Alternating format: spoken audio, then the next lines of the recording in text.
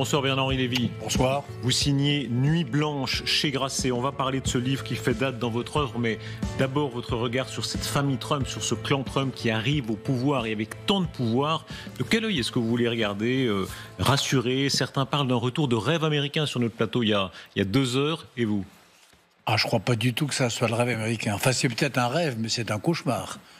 Écoutez, franchement, ce spectacle, cet étalage de kitsch, de vulgarité. Est-ce que vous avez vu qu'avant-hier, ou hier, je crois, l'un des premiers gestes de Donald Trump a été de créer une monnaie, une crypto-monnaie, à son nom et au nom de son épouse, et de gagner sur le dos de qui? Sur le dos des malheureux petits épargnants qui ont dû jouer à ce jeu de la spéculation des centaines de millions. C'est pas le rêve américain, ça. C'est la caricature du rêve américain. Non, c'est pas un spectacle très sympathique. Et en même temps, vous n'avez jamais été anti-américain, jamais. Non, bon. Non. Et est-ce que c'est quelque chose de l'Amérique? C'est-à-dire cette désinhibition où l'argent est au service évidemment de la puissance, mais en même temps de la liberté à la fin? Non, parce que l'argent en Amérique, il est pas désinhibé. Là, il n'est pas honteux, à la différence de la France, mais il n'est pas désinhibé, il est protestant, donc un peu coupable quand même. D'où la philanthropie. Vous savez que les Américains, pendant très longtemps, n'ont pas eu un système de sécurité sociale du genre de celui que nous avons en France, parce qu'ils avaient les églises, parce qu'ils avaient la philanthropie privée, et parce qu'ils avaient tous les systèmes évangéliques, donc, et les grands philanthropes. Donc c'est pas vrai. L'argent américain, c'est pas ça. C'est pas Mar-a-Lago. Est-ce que vous craignez précisément que ce soit la fin de ce monde-là, ce monde convenable américain? Il y avait une espèce d'élite américaine convenable, des messieurs, y compris du Parti républicain, qu'on soit passé dans autre chose. Moi, j'aime pas les gens convenables. C'est pas la question de convenable. Mais ce que je crains, l'Amérique, elle n'existe que avec un lien avec l'Europe. Voilà. Les pères fondateurs de l'Amérique, quand ils ont fondé l'Amérique sur le Mayflower, leur idée c'était on va faire une Europe en mieux. On va recommencer l'Europe, mais une Europe sans les guerres de religion, sans l'intolérance, sans tout ça. Et tant que l'Amérique a eu ce lien imaginaire et réel avec l'Europe, cette espèce de fil d'or européen, elle a été grande. Si elle rompt le lien avec les valeurs européennes, avec la culture européenne et avec l'alliance européenne, ça ne sera plus vraiment l'Amérique. Et ce qui s'est passé ces derniers jours, cette affaire du Groenland, qui est tout de même une affaire insensée. N'importe quel président normal, il pense qu'il y a des richesses rares au Groenland. Et il y en a. Il y en a. Elles sont, il ne le savait sans doute pas, c'est Musk qui a dû le lui dire. Mais il y a des terres essentielles. Elles sont essentielles dans la bataille avec les Chinois et les Russes. Mais qu'est-ce qu'il fait? Il traite avec son allié le Danemark, il fait un bon deal pour exploiter les richesses en question, pour aider le Danemark à les exploiter. Il ne prend pas ce ton de matamor agressif pour laisser entendre qu'il va les accaparer et ainsi de suite. Donc il y a quelque chose là qui n'est plus dans la culture européenne. C'est pas une question de convenable. Convenable, je m'en fiche. Mais on n'est plus, en effet, dans la grande culture occidentale. On est dans autre chose. Si on pense contre soi-même, quand Elon Musk dit je veux rendre l'Europe, il dit cette fois pas seulement les États-Unis, mais je veux rendre sa grandeur à l'Europe. On voit que Musk, par exemple, s'intéresse à l'Europe. Il considère qu'il y a une espèce de sursaut européen, occidental. Alors, de son point de vue, évidemment. De son point de vue, c'est l'AfD, c'est Éric Zemmour ou Marine Le Pen. Oui, si c'est ça l'Europe, d'accord, mais en tout cas pour moi, l'Europe c'est pas ça, c'est pas l'extrême droite, c'est pas Giorgia Meloni. Vous voyez, Elon Musk, bien sûr. Elon Musk, il fait. Vous vous rappelez Steve Bannon il y a quelques années, cette espèce d'homme qui se définissait lui-même comme un street fighter, un bagarreur des rues, et qui allait de capitale européenne en capitale européenne pour doper l'extrême droite. Musk fait la même chose, mais avec évidemment les centaines de milliards dont il dispose. C'est ça son Europe Great Again, c'est l'Europe de l'extrême droite. Quel sera le rôle d'Emmanuel Macron? Dans votre livre Nuit blanche, alors, une grande partie de votre livre, c'est le monde des insomniaques, ceux qui ne dorment pas, dont vous êtes, et dont est Emmanuel Macron, ce qui crée une forme de fraternité. Je crois que vous l'appelez frère de la nuit, hein, et vous arrive de communiquer par SMS la nuit. quel sera le rôle d'Emmanuel Macron? Est-ce qu'il peut être l'anti-Trump en Europe ou, comme lors du précédent mandat de Trump, être dans une sorte d'en même temps? Écoutez, c'est comme il voudra. Mais en effet, il faudra qu'il y ait un anti-Trump en Europe. Il faut que cette civilité occidentale, ces valeurs occidentales, cette manière de faire de la politique à l'occidental s'incarne quelque part. C'est-à-dire pas par la force, pas par la menace, pas par le chantage. Aujourd'hui, ce qu'on voit, alors ça va peut-être changer, mais ce qu'on voit aujourd'hui aux États-Unis depuis 2 jours, pardon, mais ça donne raison à Poutine. Je considère que les frontières sont pas les bonnes. Je considère que mes voisins m'appartiennent. Je peux m'accaparer de la richesse des autres par la force. Mais c'est pas très loin de ce que fait Poutine. En revanche, le vrai art du compromis, qu'est la vraie diplomatie et la vraie politique, ça c'est quelque chose qui est inventé depuis très longtemps, mais formalisé par Machiavel, ça c'est l'Europe. Alors, qui incarnera cette culture européenne de la politique? Moi j'aimerais que ça soit la France, bien sûr. Comment est-ce qu'elle pourrait s'opposer? Parce qu'on voit à quel point, en réalité, on critique Trump, on critique Musk, mais on va quand même aux États-Unis, on ne se retire pas de Twitter, il y a une forme de soumission. Écoutez, il y a une forme de lâcheté, ça c'est vrai. J'ai vu des Français qui... il y a une forme de... Vous avez employé le mot vous-même, d'ailleurs, je crois, sur ce plateau, une forme de veulerie, je crois. Vous avez prononcé le mot. Bien sûr, je crois qu'il ne faut pas... L'Europe, le nom d'un chien, c'est pas rien tout de même. Encore une fois, c'est ce que les Américains voulaient refaire ou continuer. Ils voulaient continuer. C'est pas rien. Donc, ce qu'il faut faire. Face à ce... Et Dieu sait que je ne suis pas américain, j'ai dit 1000 fois que pour moi l'anti-américanisme était une des composantes du fascisme français. Il faut faire très attention. Mais Trump, c'est pas l'Amérique. Trump, c'est pas l'Amérique. Cette famille d'incompétents, cette Madame Gabbard qui dirige les services, qui va diriger les agences d'intelligence américaines et dont le principal mérite, dont le principal point de compétence, c'est d'avoir fait l'éloge de Bachar al-Assad et de Poutine. Avouez que c'est quand même un problème. Donc, il faut, par rapport à ça, que l'Europe se réveille. Alors, je ne sais pas, par exemple, moi, il y a un sujet qui me tient à cœur, c'est l'Ukraine. Moi, je suis inquiet de la manière dont l'administration Trump va traiter l'Ukraine. Mais on pourrait très bien imaginer, il y a au moins une poignée de pays en Europe qui sont déterminés à aider l'Ukraine. Vous avez les 3 pays baltes, vous avez les 3 pays nordiques, la Suède, la Norvège, le Danemark, vous avez la Grande-Bretagne, qui n'est plus dans l'UE, mais qui est en Europe, vous avez la Pologne, qui est en train de devenir un grand militaire européen, et une grande puissance militaire, et vous avez la France.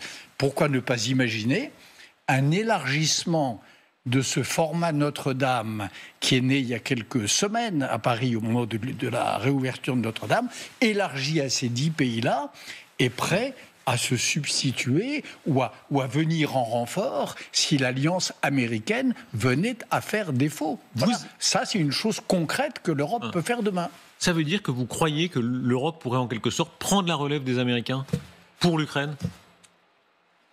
Quand vous regardez les chiffres aujourd'hui, on n'y est pas. Les chiffres d'aide. Mais enfin, quand vous écoutez les Ukrainiens, cela dit, quand ils vous expliquent que quand les Américains leur disent on vous promet 1 milliard, ils commencent par faire un discount de 50%. Puis sur les 50% de discount, ils livrent des marchandises. Vous savez, je ne suis pas un expert militaire, mais je suis convaincu qu'une Europe sûre d'elle-même, consciente de ses valeurs, sachant qu'elle joue sa survie, sachant que face à Poutine, c'est son existence même qui est en danger, qui en remettrait un peu une louche dans les budgets militaires, elle peut faire le poids. Vous avez joué un rôle personnel dans le rapprochement entre Volodymyr Zelensky et Emmanuel Macron. On se rappelle ce voyage en avion de Paris à Bruxelles, si ma mémoire est bonne, où ils se sont rapprochés en grande partie grâce à vous. Est-ce qu'avec Trump, c'est possible? Au fond, ce qu'on a vu à Notre-Dame, est-ce que c'est une illusion? D'abord, sur le moment, on a dit « Ah, il se passe quelque chose » et on voit bien que chez Trump, le lien ne s'est pas fait. Je le souhaite de tout mon cœur. Je suis convaincu d'ailleurs que dans le côté showman de Trump, il y a quelque chose de Zelensky qui accède au logiciel, mais j'ai quand même des vrais doutes. Parce que il me semble que ce que respectent Trump et les siens, et Elon Musk, parce qu'aujourd'hui, est-ce que c'est Trump, est-ce que c'est Musk, est-ce que c'est... Qui est au pouvoir? Je ne sais pas. Poutine, ça marche mieux. Ils ont plus d'admiration pour la brutalité poutinienne, pour la violence poutinienne, le culte du chef poutinien. Je suis pas sûr que Zelensky soit l'argent de beauté. Donc, honnêtement, je l'espère, parce que pour moi, par-delà les personnes, moi, vous savez, aujourd'hui, j'ai 3 soucis. L'Europe et l'Occident, l'Ukraine et Israël. Voilà, ça pour moi, c'est les 3 sujets majeurs sur lesquels je pense que l'avenir de mes enfants et de mes petits-enfants va se jouer. Et la question que je me pose à chaque minute, c'est qu'est-ce qui va permettre à ces 3 sujets-là de connaître un dénouement plutôt heureux. Voilà. Et j'ai pas confiance en cette Amérique qui est en train de naître sous nos yeux. Sur tous ces sujets, Trump va jouer un rôle si important. Écoutez-le, parler à la fois de Poutine et de Zelensky. C'est très intéressant parce qu'il est, en quelque sorte, il manifeste sa domination sur l'un et sur l'autre. Il y en a pour les deux. Il dit Zelensky est demandeur des négociations, ce qui est une façon évidemment de l'abaisser un peu, mais il est très dur aussi sur Poutine. Il dit Poutine détruit la Russie économiquement dans cette aventure guerrière. Écoutez-le. Voulez-vous rencontrer le président Poutine, monsieur? Je vais rencontrer le président Poutine. Quand? Je ne sais pas quand, c'est en train de se mettre en place.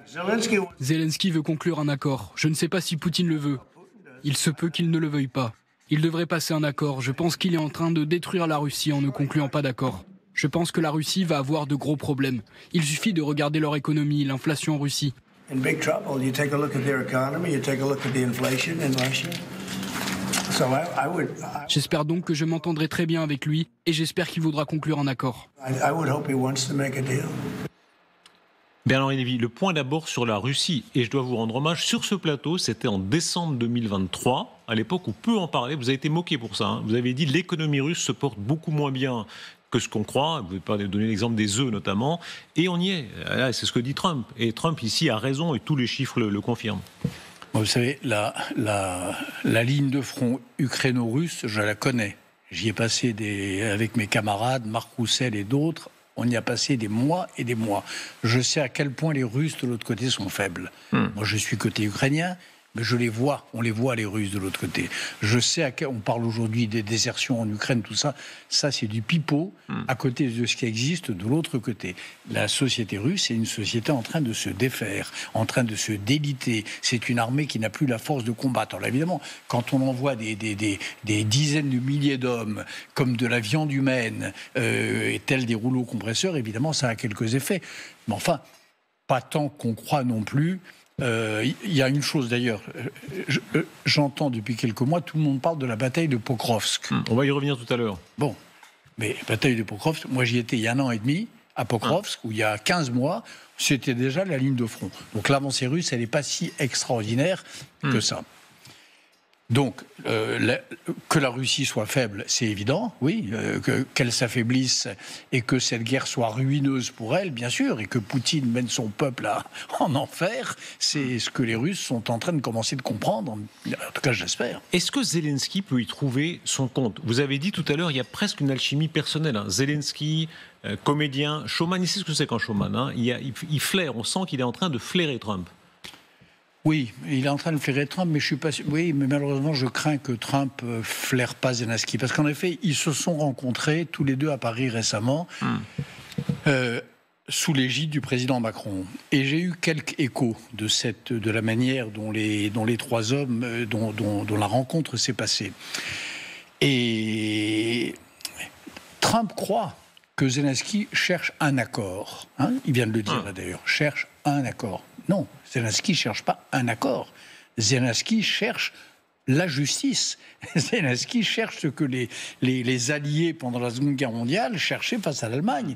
Il cherche la défaite de Poutine. Il ne cherche pas un accord. On n'est pas dans le deal, là. Et vous savez, on peut dire ce qu'on veut sur les Ukrainiens. Et encore une fois, je crois que je connais un peu mieux le sujet que beaucoup de commentateurs qui n'ont pas beaucoup bougé des plateaux de télévision, des experts. Je connais bien. Je ne connais pas tellement d'Ukrainiens qui disent « je veux un accord ». Ils veulent le retour aux frontières d'avant cette guerre qui a démarré en 2014. Reconquérir la Crimée, ils y croient? Ils croient qu'ils peuvent reconquérir la Crimée toujours? Et bien sûr qu'ils y croient. Mais naturellement, et d'ailleurs on n'est pas à l'abri de surprise de ce côté-là non plus. En tout cas, ils ne sont pas dans cette logique. Entre démocratie, entre régimes civilisés, on est dans la transaction, on est dans le compromis. Ça, c'est le b.a.-ba de la diplomatie, de tous les théoriciens de la politique vous diront cela. Quand on est face à une dictature, c'est autre chose. On n'est pas dans une logique transactionnelle. On est dans une logique existentielle.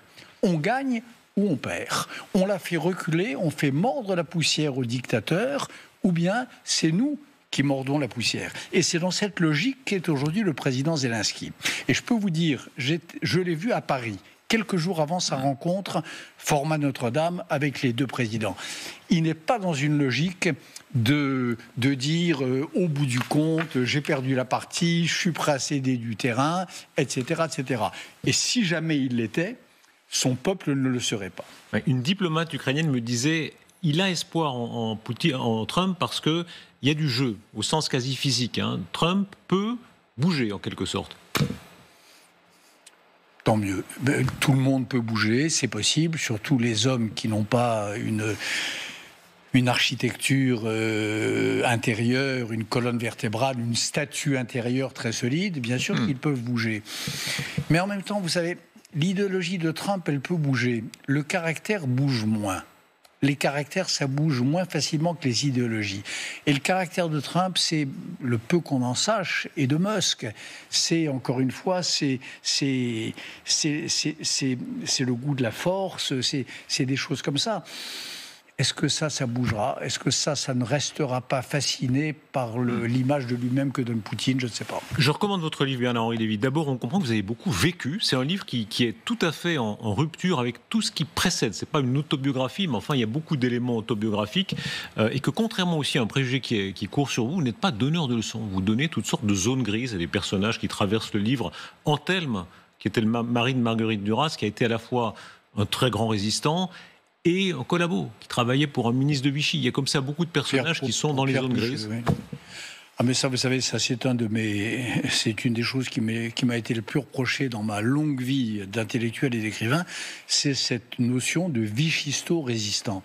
Il y a eu en France, c'est comme ça, il y a eu des héros magnifiques, des résistants absolus, il y a eu des salauds, les collabos, et puis il y a eu toute une zone grise de gens qui ont été pétainistes tant jusqu'en novembre 42, en gros, c'est-à-dire jusqu'au moment où ils ont cru qu'on pouvait fabriquer un fascisme à la française, un fascisme plus doux. Et puis qui, quand l'Allemagne a envahi la totalité de la zone libre, donc de la France, sont devenus résistants. Voilà. Donc il y a ça, il y a cette zone grise. Et en effet, Robert Anthelme, l'auteur du chef-d'œuvre L'espèce humaine, ce si grand livre, le compagnon de Marguerite Duras, il est dans cette catégorie. Et je raconte en effet, il y a dans le livre un portrait de Marguerite Duras, un portrait de ce bizarre petit groupe comme ça de la rue Saint-Benoît, où il y avait aussi François Mitterrand d'ailleurs. Je raconte François Mitterrand dans cette petite... Pour moi, les vrais secrets de François Mitterrand, c'est pas Bousquet, c'est pas la Francis, c'est pas tout ça. Les vrais secrets encore à dévoiler, ils sont là. Ils sont dans ce que j'appelle la secte de la rue Saint-Benoît. Dionys Mascolo, Robert Anthelme, Marguerite Duras et quelques autres. Ce sera lundi l'anniversaire et 80 ans de la libération d'Auschwitz. Il y a eu tant d'espoir depuis lors qu'il y a eu le plus jamais ça, un droit international, etc. Est-ce que tout ça est en train de reculer ? Oui, mais moi c'est une des choses qui m'obsède et qui m'accable, parce qu'il m'arrive même, moi je suis un incorrigible optimiste, mais il m'arrive de penser aussi que ma génération peut-être n'a pas aussi bien rempli son devoir qu'elle l'aurait dû. On était partis, les gens de ma génération, en fanfare, sur le thème plus jamais ça, droits de l'homme, internationalisme vertueux. Et puis on se retrouve en effet 80 ans après, avec ce climat politique, ce paysage planétaire dévasté, ce triomphe des oligarchies et des autocraties. C'est pas ce dont on a rêvé dans nos jeunesses. Heureusement, il reste encore du temps à vivre. Et j'ai bien l'intention de le mettre à profit pour aller dans ce sens. Il y a de très belles pages sur l'humour. On découvre, vous donnez un peu de votre vie personnelle, parfois même intime. Il y a une scène avec votre chat. Il y a le chat de la maison, par exemple. Comme tous les insomniaques, il y a des problèmes avec le chat la nuit. C'est le chat de ma femme. Voilà, c'est le chat de votre femme. Avec lequel j'ai un accord de cohabitation un peu difficile. Mais alors, la nuit, quand elle dort, là, il me suit partout. Et oui, il y a des scènes assez dramatiques, c'est vrai. Est-ce que l'humour sauve tout? Est-ce que l'humour est la vraie? On l'a vu dans les commémorations de Charlie il y a encore quelques jours. En réalité, la vraie distinction, elle est là. Je crois que l'humour, le rire n'est pas le propre de l'homme, mais l'humour est profondément ce qui allège la tristesse, ce qui rend la vie, quand elle est un peu sombre, un peu plus supportable, et ce qui parfois peut aussi vraiment alléger les conflits entre des gens qui restent tout de même dans l'espace de la même civilisation. Est-ce que ça vous inquiète que ça recule le monde de l'ironie? On voit à quel point dans nos générations c'était présent et à quel point aujourd'hui l'ironie recule. Beaucoup considèrent que la nation, la foi, Dieu, la religion, enfin toutes sortes de limites reviennent. Regardez la réaction de tant de nos contemporains au moment de Charlie Hebdo et encore jusqu'aujourd'hui. L'humour ne donne pas tous les droits, attention à ne pas blasphémer, attention de ne pas insulter les croyances d'autrui. Il y a une régression par rapport à l'humour des chansonniers ou des caricaturistes, des daumiers du 19e siècle. Les droits de l'humoriste aujourd'hui, ils sont beaucoup plus menacés. Alors, ils les défendent. Charlie Hebdo, c'est des héros absolus. C'est vraiment, lorsqu'on fera le Hall of Fame des héros du 21e siècle, il y aura Charlie Hebdo, parce que vaille que vaille, et malgré cette espèce de puritanisme et de bêtise grandissante, ils tiennent vaillamment le crayon. Mais c'est difficile. Merci Bernard-Henri Lévy. Je recommande votre livre Nuit blanche, c'est chez Grasset. Je recommande doublement parce qu'on découvre en Bernard-Henri Lévy qu'on ne connaît pas nécessairement par avance. Merci beaucoup. Dans quelques instants, rendez-vous avec Émilie Broussoulou et nos autres invités éditorialistes. On reviendra sur Donald Trump, sur ce qu'il prévoit pour l'Europe, avec de nouvelles déclarations ce soir, de nouvelles annonces, avec notamment un programme colossal d'intelligence artificielle, mais qui va servir évidemment surtout la puissance américaine. À tout de suite.